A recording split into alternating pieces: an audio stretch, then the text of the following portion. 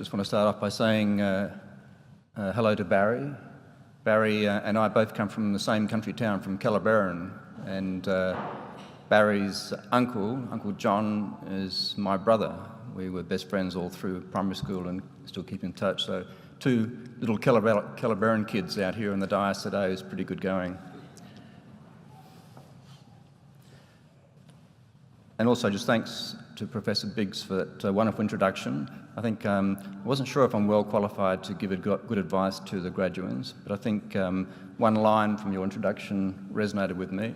I think I've had 3 careers, maybe 3.5 careers in my working time, and about 18 different jobs. So maybe I'm ahead of my time. But Pro-Chancellor, Professor Biggs, university staff, distinguished guests, graduates, families and friends, I certainly am very honoured to be here today at my university after 40 years to give this graduation address and to congratulate and to offer a few words of advice to today's graduates. You're lucky. You are lucky.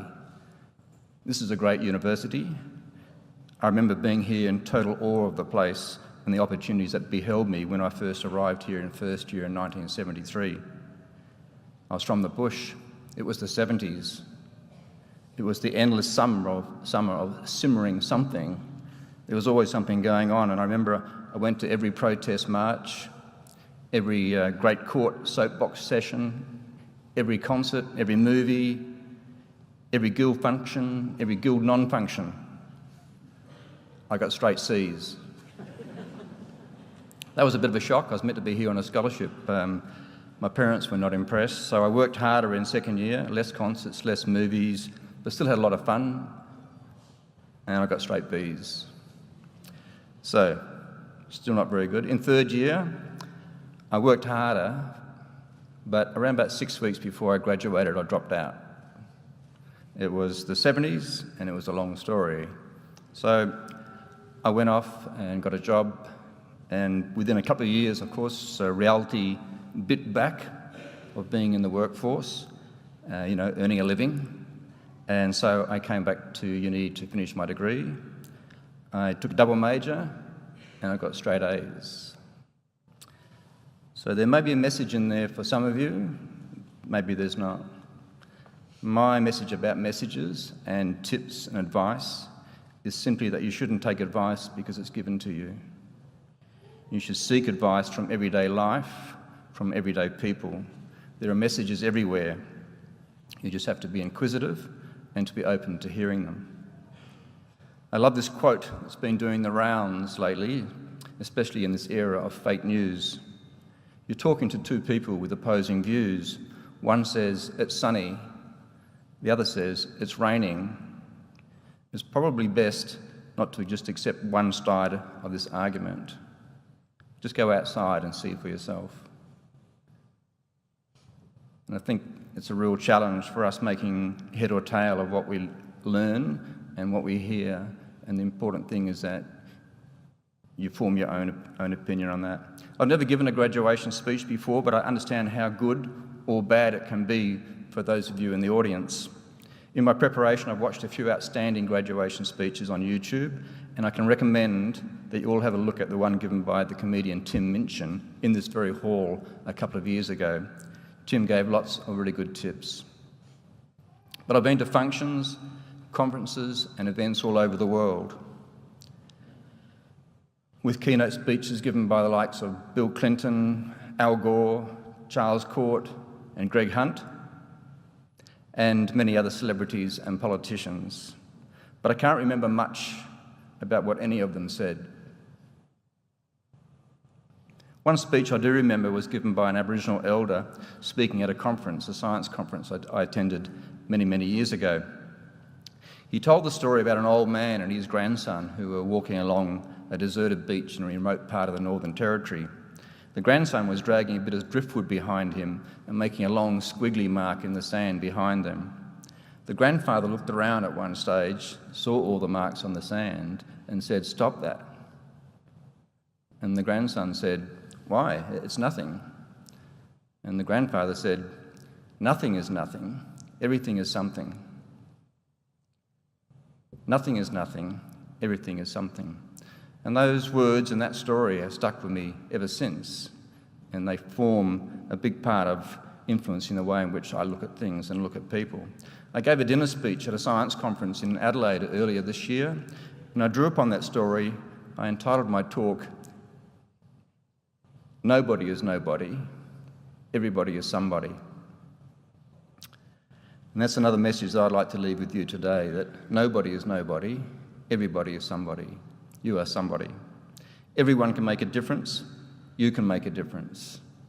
And coming from the conservation sector, that's all I would ever ask of anybody, is make a difference. And you will make a difference. It's really up to the choices and sometimes the sacrifices that you're prepared to make. I do like the way that in some of the graduation speeches that I Googled, they included a bit of poetry or philosophy. So I've decided to include some in my address today. Actually, it's a bit of poetry and philosophy, as it was described at the time as psychologically deeper than anything the poet had written before and extraordinary for its time. So I'll have a go at doing justice to it. It was written by a poet of my generation. See if you can recognise who it was. She's got a ticket to ride. She's got a ticket to ride. She's got a ticket to ride, but she don't care. It was written by John Lennon, of course, and Barry's uncle John and I used to play the Beatles in primary school with the elastic bands on our rulers, and we loved Ticket to Ride. But graduates, I just want to say congratulations to you all on achieving your ticket to ride. I hope you care.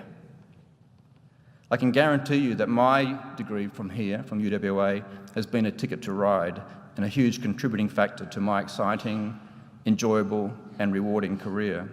The same applies to family and friends. They were also a huge factor as well.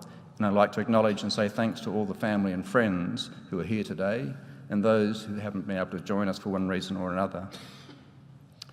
I'm very lucky not to have worked for most of my life. Sure, I've had a job in every single year of all the years since I graduated, but not too many of them have felt like work. And the secret of that has been finding organisations or companies or places to work that have the same values as I do. I recommend that sometime in the not too distant future, you sit down and write down your personal values, a little bit of homework if you like. Don't worry about bucket lists or life goals or New Year resolutions. Write down your values. Write down the things that you want to be and the things that you want to seem to be. Things like being passionate or honest or hardworking, respectful, accountable, positive, generous, these kinds of values. And then find a company or an enterprise that has the same values. If you can't find it on their website, then I think it's a question you should ask at every job interview you ever go for. What does this enterprise really stand for? What are the values that underpin the behaviour of this company or enterprise? When I left university, I wanted to work for WWF, the World Wildlife Fund. I liked its mission, I liked its guiding principles, its values, I liked its global perspective. It was a very easy fit for me. But there were no jobs at WWF at the time, so I went off and did a heap of other things. It took me about 2 decades to finally get a job with WWF as a field ecologist working on threatened ecosystems in Southwest Australia. I thereafter enjoyed the best part of 2 decades working with them all over the world, and it was everything that I had dreamt about and wanted it to be, and more in fact. It took me to the forests of Peru, the rivers of Cambodia, the halls of Washington, the oceans of the Arctic, the mountains of the Himalaya, and included 7 or 8 years working in the global headquarters in Switzerland. My tip here then is that if you don't get your dream job when you first graduate, then keep working towards it. Just remember you've got a ticket to ride. You may have to be patient and passionate and persevering.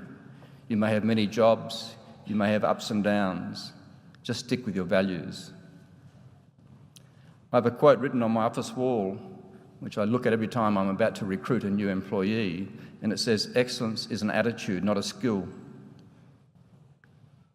It's not a qualification, excellence, it's an attitude, and you must have that attitude. It will carry you a long way. I was lucky enough to work in Cambodia for a while, working with WWF on, amongst other things, establishing a huge protected area up in the northeast of the country on the border of Vietnam and Laos. I worked alongside some amazing, tireless Cambodian government staff from ministries of forestry and ministries of environment, most of whom were earning a mere fraction of what I was earning at the time. Most were on about $20 a month. Cambodia is not an easy place to do conservation. You get shot at. I got shot at. Conservationists get killed there, or they die of cerebral malaria or some other affliction. And yet these scientists work there remotely for months on end in the jungle for $20 a month, some of which is siphoned off to pay their corrupt managers to ensure they keep their jobs. In that sort of context, you can't look up for inspiration. You have to look at who's really doing the work. I came back inspired by the poorest paid, the volunteers, and the unrecognised. I also came away thinking how lucky I am, how lucky we are. I came away thinking, if we can't do conservation or science or anything really in Australia, we can't do it anywhere in the world. In some ways, I think I learnt more by working in Cambodia for a year than I learnt in a decade in Australia. I'd encourage you all at some stage, if you can, to work overseas, especially in a developing country, and to volunteer. While I was at WWF, I also had the honour of being the editor-in-chief of WWF's biennial premier publication, the Living Planet Report. In preparation for the 2012 edition, we were holding our first team planning meeting in Charles Darwin's office at the Zoological Society of London, no less. And I said to my team, you know, one day I'd love to launch the Living Planet Report from space, looking down on Earth. The 2008 edition of the LPR had a picture of the Earthrise over the moon from the Apollo expedition, and I really wanted to be able to get that same image. We all laughed, of course, but one of my team, a woman from our office in the Netherlands, said, you know, I think we might be able to do it. Monique went on to say that there was a Dutch astronaut called André Kuipers who had previously been up in the International Space Station and who, upon his return, had immediately walked into WWF's offices in Amsterdam and said, I want to help you guys get the message across about the fragility and the smallness of this one planet. And he became a WWF ambassador. There's almost no astronaut who's ever been into space who hasn't come back as a conservationist. So we got in contact with Andre.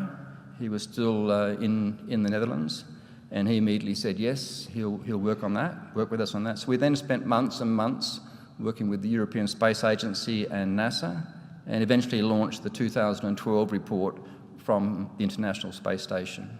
I think it's still the only book ever launched from space. I encourage you all to have a look at that video on YouTube from that 2012 launch. It's quite inspiring. Andre's words from the space station still stick in my mind, especially this sentence.